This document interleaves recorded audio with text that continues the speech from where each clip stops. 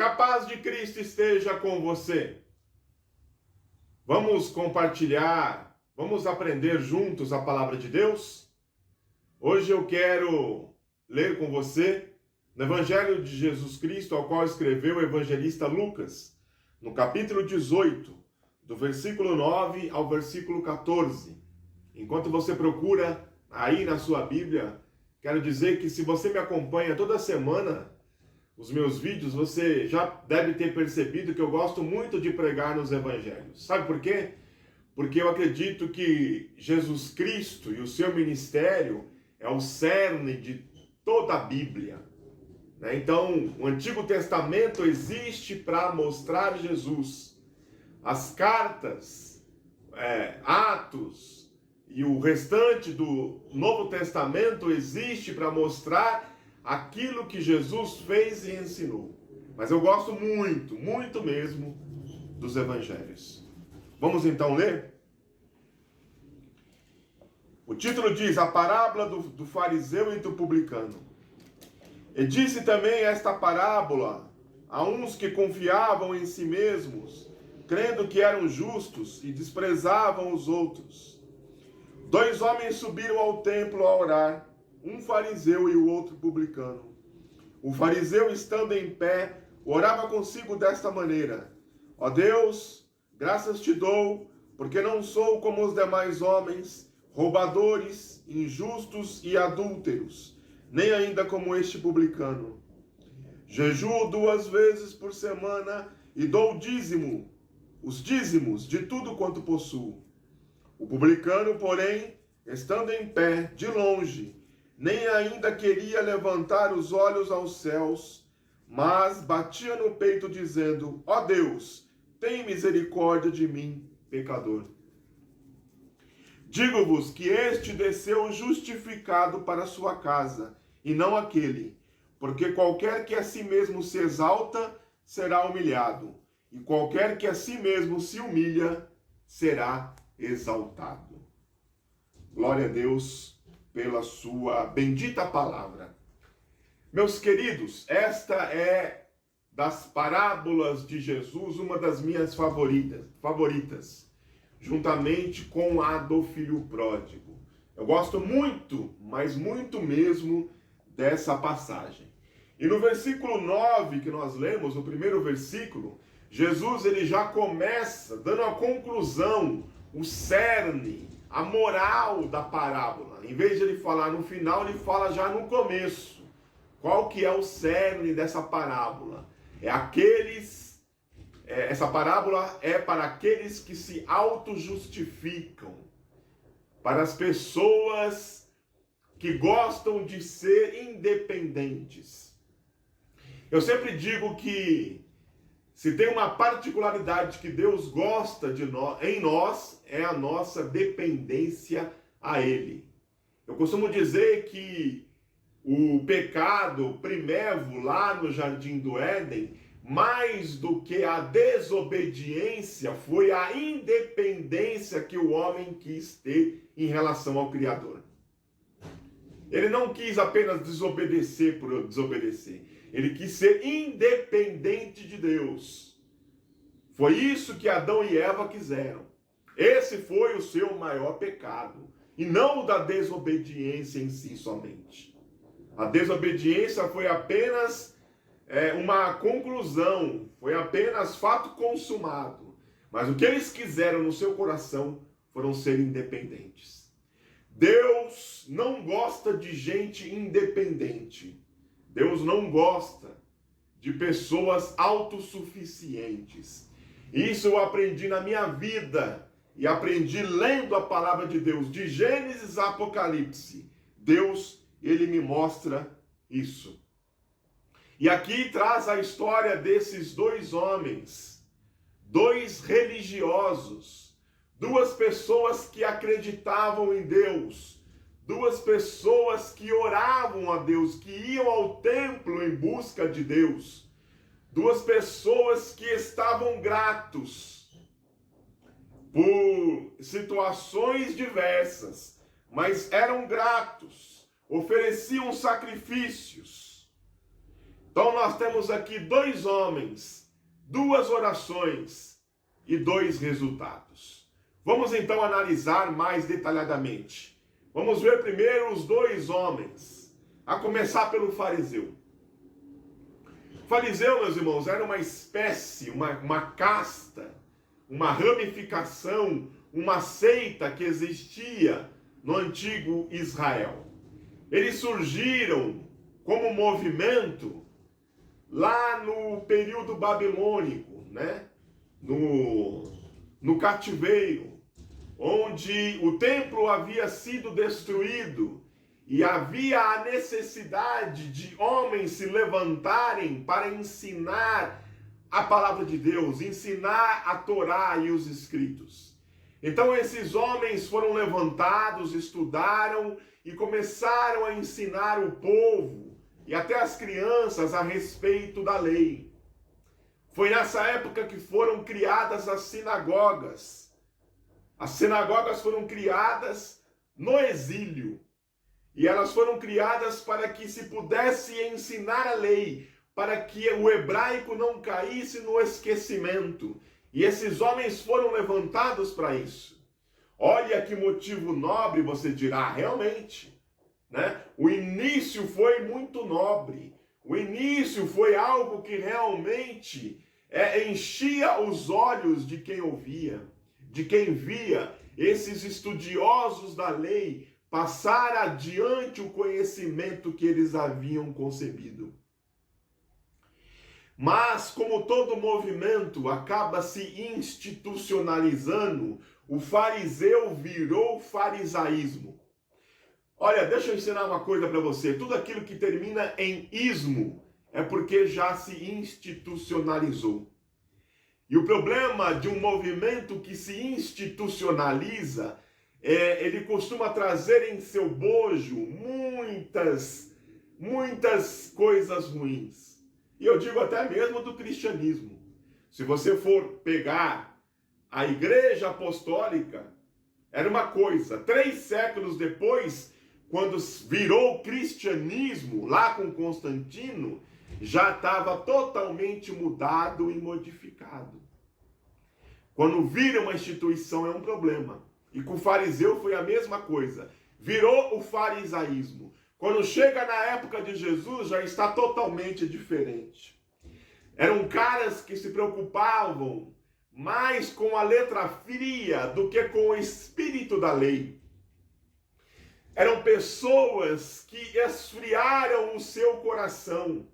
Se eles começaram com os seus corações aquecidos para passar adiante o conhecimento da Torá, eles já não eram assim.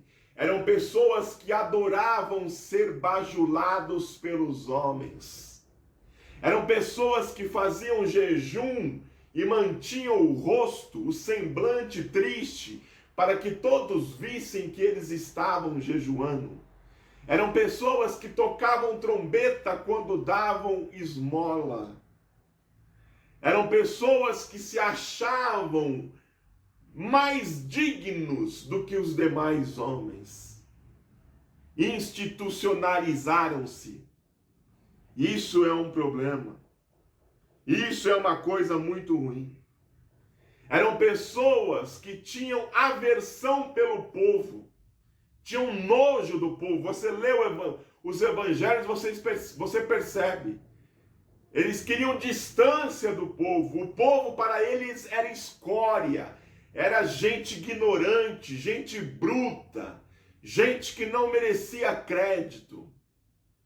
E tinham também uma grande aversão para ideias novas. E Jesus representava essa novidade. Jesus veio trazer, como diz a palavra evangelho, as boas novas. E eles tinham aversões a tudo aquilo que era novo. A tudo aquilo que Jesus representava. Mas vamos para a segunda categoria, o publicano. O publicano era o famoso coletor de impostos, instituído por Roma. Olha nós aí falando de instituição de novo. Instituído por Roma. Roma precisava da mão de obra daqueles que faziam parte do povo ocupado, para que fizesse a intermediação entre o império e o povo. E escolhiam alguns homens para isso. E era essa casta, essa raça, os publicanos. Por eles fazerem esse serviço para Roma, eles eram altamente desprezados por todo o povo. Veja, meus irmãos, eles cobravam impostos, só que eles queriam a parte para si também. Por isso, muitas vezes, extorquiam o povo, e principalmente os mais pobres, tirando deles até a última moeda. Por isso eles eram odiados. Odiados pelo povo e odiados também pelos fariseus. Todos odiavam os publicanos, porque eles enriqueciam ilicitamente. Era esse cara que estava indo orar lá. Eram esses dois homens que foram ao templo para orar. Eu não sei se eles levaram animal para ser sacrificado, provavelmente sim. Cada um levou o seu animal. O sacerdote pega o animal de cada um, sacrifica, asperge o sangue, né, para que possa ser purificado os seus pecados. Mas além do sacrifício, eles queriam orar a Deus. Eles queriam ter um momento com Deus. Eles não podiam adentrar o templo, mas eles podiam orar do lado de fora. E é sobre isso que vamos falar agora, sobre as duas orações. A primeira oração, a oração do fariseu. Ele entra, então, pelo portão principal do templo. Ele avista de frente a ele o templo, que é uma das maiores maravilhas do mundo antigo. Todo coberto de ouro, reluzindo à luz do sol. E ele então sobe as escadarias que levam até o grande altar, onde são realizados os sacrifícios de animais. É até ali que ele pode ir. Dali para frente, só os sacerdotes. E no Santo dos Santos, só o sumo sacerdote entrava. Portanto, ele vai até onde ele pode ir, o mais perto possível. E a Bíblia diz que ele ora de si para si mesmo. Ou seja, ele ora baixinho. E a oração dele é a seguinte: ó Deus, graças te dou, porque eu não sou como os demais homens, roubadores, injustos e adúlteros, e nem ainda como esse publicano. Esse fariseu, ele tem um problema muito sério. É um problema que sempre existiu. Na época de Jesus, era uma coisa que os fariseus faziam isso constantemente, e vou dizer a vocês, continua até nos dias de hoje. É a síndrome da comparação horizontal. O que é isso, pregador? É quando você se compara com o seu próximo. É quando você se compara a alguém que, a seus olhos, é pior do que você. Quando você faz isso, você começa a dizer: até que eu não sou tão ruim. Eu sou melhor que fulano. Eu sou melhor que ciclano. Eu sou melhor que o cracudo da esquina. Eu sou melhor do que aquele que usa drogas. Eu sou melhor do que esses pivetes, ladrões, trombadinhas. Eu sou melhor do que aquela que se prostitui. E quando nós fazemos isso, nós estamos nos comparando com os outros. Mas não é essa a comparação que Deus quer que nós façamos. A nossa comparação, ela não tem que ser horizontal, e sim vertical. Não é com os homens que nós temos que nos comparar, mas é com a justiça de Deus. Quando nós nos comparamos com os homens, nós podemos achar que nós estamos com a corda toda. Mas quando nós nos comparamos com a justiça de Deus, aí sim nós vemos que nós não somos nada. O profeta Isaías diz que as nossas justiças são para Deus como trapo de imundícia. Sabe o que é trapo de imundícia, meus irmãos? Trapo de imundícia, no sentido lá do Antigo Testamento, era um paninho que a mulher colocava nas partes íntimas quando estava nos seus dias de menstruação. Aquele pano ficava sujo, coberto de sangue. É com esse tipo de imundícia que Deus compara as nossas justiças. É assim que Deus compara. Imagine as nossas injustiças. Então é assim que nós temos que nos comparar. É com Deus e não com os outros. Agora, o fariseu era crente. O fariseu era alguém religioso. O fariseu era alguém que, se você visse hoje, você veria como modelo na igreja. Olha só o que ele diz. Ele jejua 2 vezes por semana e o jejum dele é de 24 horas. Não é esse jejum meia boca de 6 horas que nós fazemos, não. Jejuava, de acordo com a tradição, às terças e quintas-feiras. E dava dízimo de tudo o que possuía, até mesmo dos temperos. Até mesmo do orégano. O fariseu dava dízimo. Olha só que interessante. Como uma pessoa pode cumprir todas as regras e se esquecer do mais importante? Essa é a minha pergunta. Ele desprezava o próximo. Ele humilhava o próximo. Ele não estava nem aí para o seu próximo.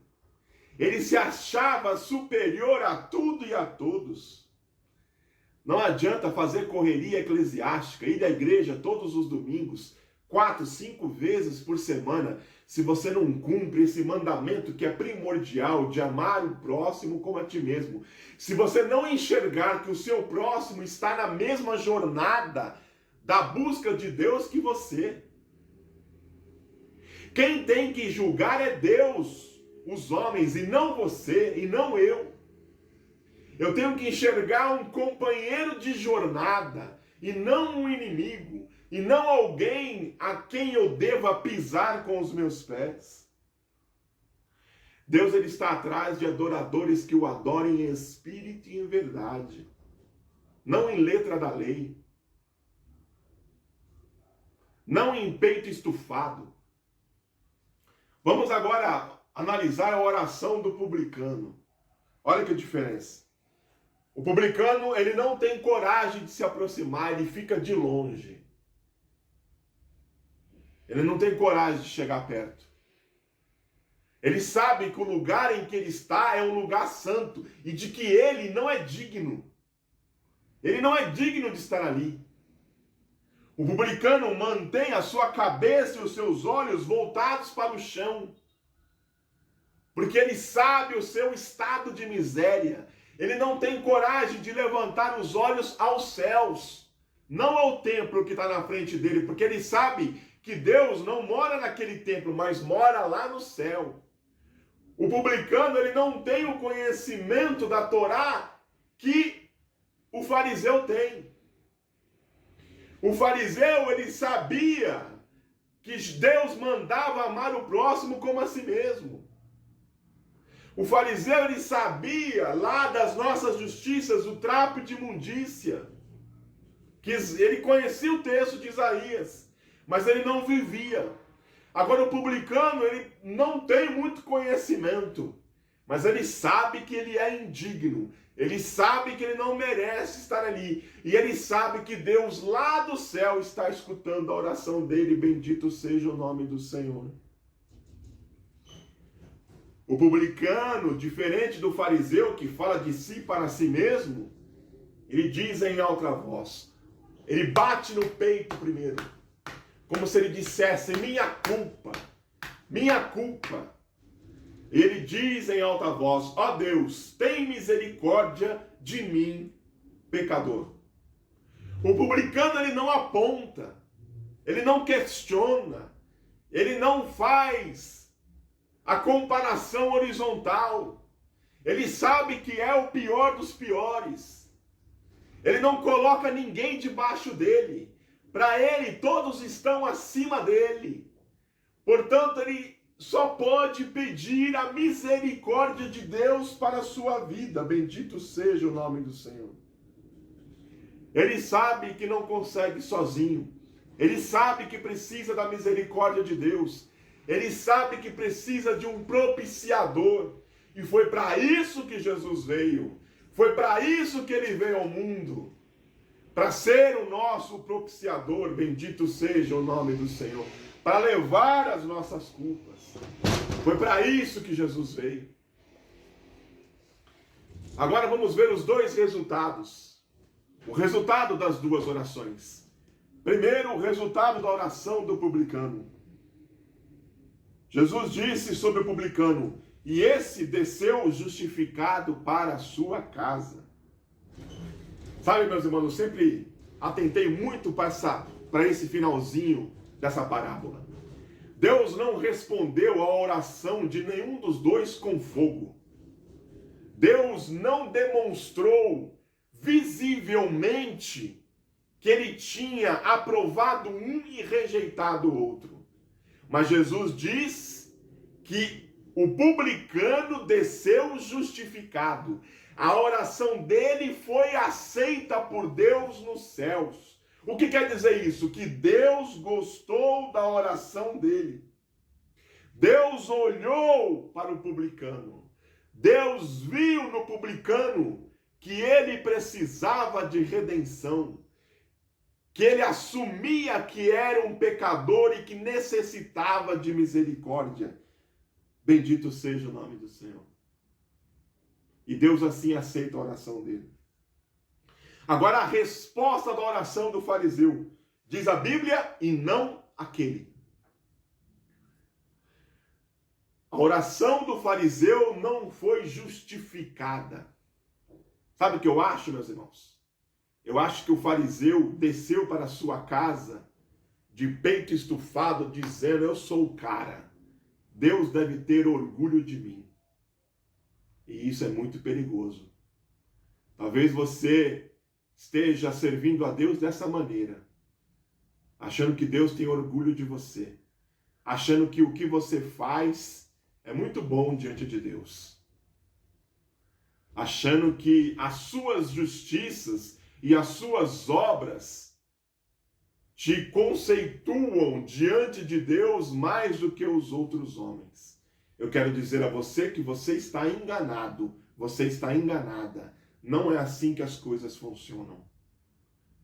Eu comecei dizendo que Deus não gosta de independentes. Deus não gosta de autossuficientes. O publicano, ele pode ter descido para a casa dele pensando que Deus não ouviu a oração dele, de que ele não era digno. Mas justamente por causa disso, Deus ouviu, Deus atendeu, Deus justificou. Bendito seja o nome do Senhor. Deus gosta que sejamos totalmente dependentes dele. Deus procura adoradores que o adorem em espírito e em verdade. Bendito seja o nome do Senhor. Para concluir as minhas palavras, sua autoconfiança não vai te levar a lugar nenhum. Pelo menos não na eternidade. Na eternidade, sua autoconfiança não vale de nada. Pode valer aqui, para suas coisas, para os seus projetos, mas diante de Deus, negativo. Deus gosta de pessoas que dependam exclusivamente dele, que confiem nele, que confiem no sacrifício que Jesus Cristo fez na cruz do Calvário. A isso nós chamamos de graça, favor imerecido. Não porque mereçamos, não, muito pelo contrário. Nós não merecemos, mas Deus assim nos concede. Bendito seja o nome do Senhor. E lembre-se, não julgue o seu irmão. A Bíblia diz para nós amarmos o nosso irmão e não o julgarmos como aquele fariseu fez. Que o Espírito que habita em nós faça com que nós tenhamos um coração de publicano e não de fariseu. Essa é a minha oração. Que você medite nisso, reflita sobre isso, que você tenha um final de semana abençoado na presença de Deus. Amém.